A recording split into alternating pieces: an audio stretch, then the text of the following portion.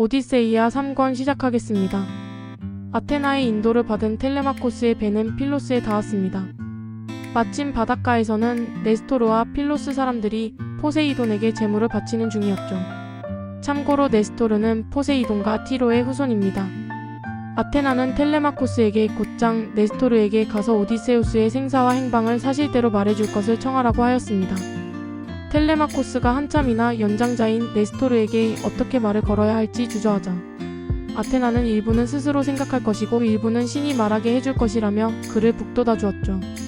멘토르가 앞장서고 텔레마코스는 그의 뒤를 따라 네스토르와 아들들이 앉아있는 곳으로 갔습니다.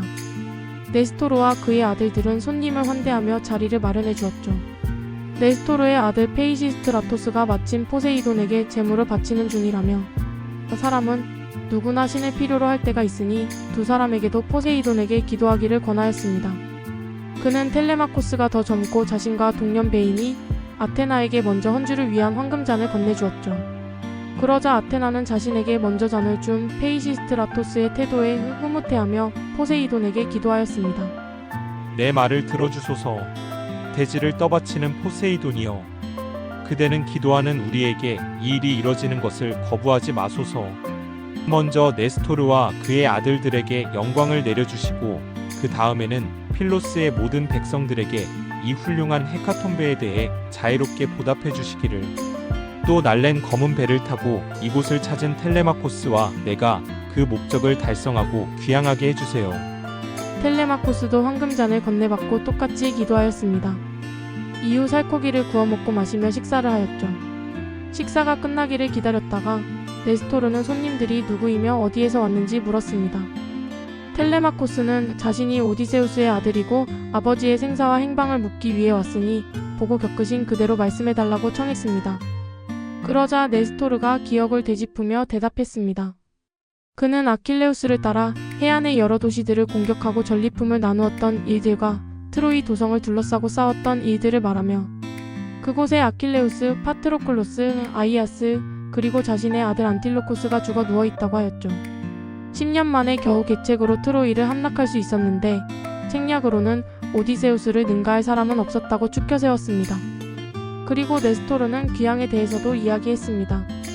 아가멤논은 헤카톤베를 바쳐 아테나 여신의 노여움을 달래고 난 후 출발하자고 하였고 메넬라오스는 여신을 설득할 수 없을 것이라 여겨 곧장 출발하자고 주장하며 양측을 따르는 사람들이 서로 다투었습니다. 다음날 메넬라오스를 따르는 이들이 아가멤논과 그 무리를 남겨두고 먼저 출발하였습니다. 이들은 테네도스 섬에 도착하여 신들께 제물을 바쳤지만 이곳에서 다시 불화가 일었습니다. 이때 오디세우스는 아가멤논에게 호의를 보이기 위해 다시 트로이로 돌아갔죠. 이후 네스토르와 디오메데스가 맨 먼저 달아나듯 테네도스를 떠나 레스보스로 갔습니다. 이곳에서 어느 방향으로 항해할지 논의하고 있을 때 메넬라오스 일행도 막 레스보스에 도착하였죠. 네스토르와 디오메데스는 전속력으로 에게해를 건너 에우보이아의 게라이스토스에 닿았습니다. 이곳에서 디오메데스는 아르고스로 네스토르는 필로스로 각각 귀향하였습니다. 그리고 네스토르는 자신이 들어서 알게 된 소식도 알려주었습니다. 아킬레우스의 아들 네오프톨레모스, 필록테테스, 이도메네우스가 무사히 귀향하였다고 하였죠. 그리고 아가멤논이 귀향 후 아이기스토스에게 살해당한 일과 오레스테스가 자라 아이기스토스에게 복수한 일을 말하였습니다. 오레스테스가 아버지의 복수를 한 이야기는 텔레마코스에게 간접적인 교훈과 자극을 주는 장치입니다.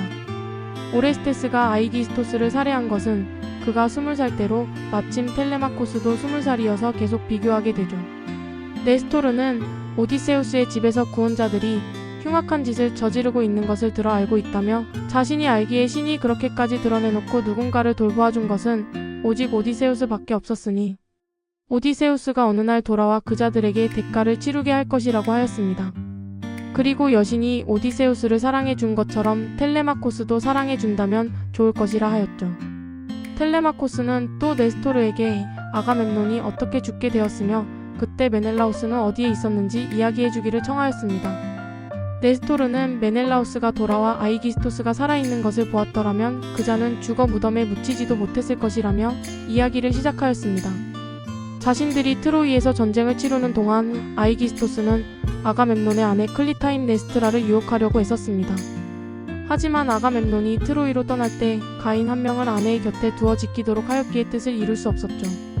아이기스토스는 가인을 외딴 섬으로 데려간 뒤 그를 새의 먹이가 되도록 버려두고 돌아왔습니다.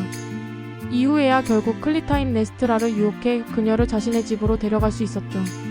메넬라우스가 귀향하며 아테네의 순이온 곳 인근에 이르렀을 때 아폴론이 활을 쏘아 메넬라우스의 키잡이 프론티르를 죽여버렸습니다. 메넬라우스는 갈 길이 바빴지만 항해를 멈추고 전우를 묻고 장례를 치러주었죠. 그리고 다시 항해를 시작했을 때 제우스가 보낸 폭풍우를 만났습니다. 그의 함대 일부는 크레테로 밀려나 암초를 만나 부서졌고 메넬라우스는 5척의 함선과 함께 아이깁토스까지 밀려났습니다. 그곳에서 그는 귀향하지 못하고 여러 곳을 돌아다녔고 많은 재물들도 모았었죠. 그러는 사이 아가멤논을 살해한 아이기스토스가 왕이 되어 7년간 미케네를 다스렸습니다. 그러다 8년째에 오레스테스가 돌아와 아이기스토스를 살해하였죠. 오레스테스는 어머니와 아이기스토스를 위해 장례를 치르고 아르고스 사람들에게 장례 잔치를 베풀었는데 메넬라우스가 긴 방랑을 마치고 돌아온 것은 바로 이때였죠. 네스토르는 이처럼 무도한 자들을 집에 있도록 한 채 멀리 떠나 집을 오래 비우지 말라고 충고하며 메넬라우스가 가장 늦게 귀향하였으니 그를 꼭 찾아가 보라고 권하였습니다. 만약 육로로 가고 싶다면 전차와 말을 내어줄 것이고 자신의 아들로 하여금 길잡이로 동행케 해주겠다고 하였죠. 이들이 이야기하는 동안 해가 지고 있었습니다. 아테나는 신들의 잔치에 너무 오래 앉아있을 것이 아니라 잠을 청할 시간이니 집으로 돌아가는 것이 마땅하다고 하였습니다. 아테나와 텔레마코스가 배로 돌아갈 채비를 하자 네스토르가 그들을 붙잡았습니다. 손님을 더구나 오디세우스의 아들을 배 위에서 자도록 할 수 없다며 집으로 가자고 하였죠. 그러자 아테나는 텔레마코스에게 네스토르의 뜻을 따르도록 하고 네스토르에게도 내일 말과 전차에 태워 그를 보내주기를 청했습니다. 자신은 선원들에게 이를 말이 있으니 배로 가겠다고 하며 돌아섰습니다. 그리고는 신성한 독수리의 모습으로 날아가 버렸죠. 이를 본 사람들은 모두 놀라움을 금치 못하였습니다. 네스토르는 텔레마코스의 손을 쥐어주며 저분은 아테나가 틀림없다며 신이 동행해준 걸 보니 자네는 비범한 사람이 될 것이라 하였습니다. 또 네스토르는 존재를 드러낸 여신에게 재물을 약속하며 축복을 내려주기를 기도하였습니다. 여주인이시여, 나에게 훌륭한 명성을 내려주소서. 나 자신과 내 아들들과 내 존경스러운 아내에게 하시면 나는 아직 길들지 않았고 멍에를 접은 적 없는 이마가 넓은 한 살 배기 암송아지 한 마리를 그대에게 제물로 바치겠나이다. 그것을 내 제물로 바치되 그 뿔을 황금으로 싸겠나이다. 네스토르가 아테나에게 훌륭한 제물을 바칠 것을 약속한 것은 정체를 드러낸 신에게 자신과 가족을 위해 축복을 내려달라는 의미도 있지만 아테나에게 다른 신의 제사에 헌주하며 기도하게 한 일이 그녀의 심기를 해친 것일 수도 있어서 제물로 달랠 필요가 있었기 때문이었죠. 네스토르는 사람들을 이끌고 그의 집으로 돌아갔습니다. 집에서도 존재를 드러낸 여신에 대한 기도를 잊지 않았죠. 그는 11년 만에 개봉한 포도주를 내어 아테네를 위해 헌주하며 기도하였고 사람들은 술을 마음껏 마신 다음 각자 잠을 청하러 갔습니다. 텔레마코스는 네스토르의 아들 중 아직 결혼하지 않은 페이시스트라토스 곁에서 잠들었습니다. 아침이 되자 네스토르는 아테나에게 약속한 제물을 바치기 위해 분주히 움직였습니다. 들판으로 가서 암송아지를 몰아오게 하였고 금 세공사 라에르케스를 불러오게 하였습니다. 또 텔레마코스의 선원들도 둘만 남기고 데려오게 하여 성찬을 베풀었죠. 세공사는 네스토르가 내어준 황금을 손질해 소포를 감쌌습니다. 네스토르는 손을 씻고 보리를 뿌리면서 소의 머리털을 잘라 불 속에 던져 넣으며 아테나에게 간절히 기도하였습니다. 아테나도 제물을 받으러 왔습니다. 네스토르의 아들 트라시메데스가 도끼로 제물의 목을 베었고 제물을 손질해 불 위에 올려 신에게 바쳤습니다. 네스토르의 막내딸 폴리카스테가 텔레마코스를 씻기고 올리브 기름을 발라주고 옷을 걸쳐주었습니다. 잘 차려입은 텔레마코스는 네스토르 곁에 앉아 살코기와 포도주를 먹었습니다. 식사가 끝나자 네스토르는 날렛말을 데려와 멍에를 지워 전차에 달았습니다. 길양식과 포도주도 넣어주었죠. 텔레마코스가 전차에 올랐고 페이시스트라토스가 그의 곁에서 고삐를 쥐었습니다. 둘은 필로스를 뒤로 한 채 들판을 향했습니다. 온종일 달려 페라이에 닿았고 오르실로코스의 아들 디오클레스의 집에서 헌대를 받으며 하룻밤을 묵었습니다.